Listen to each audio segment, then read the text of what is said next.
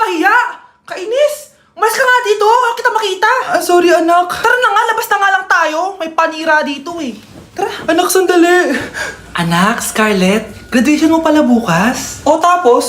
Si nanay ba yung aakyat sa stage? Ay hindi! Si tita na lang isasama ko. Papahiya mo lang ako eh. Buti pa si tita, kompleto yung mata. O sige. Proud ako sa'yo anak ha. Kainis! Bakit kasi isa lang yung mata mo?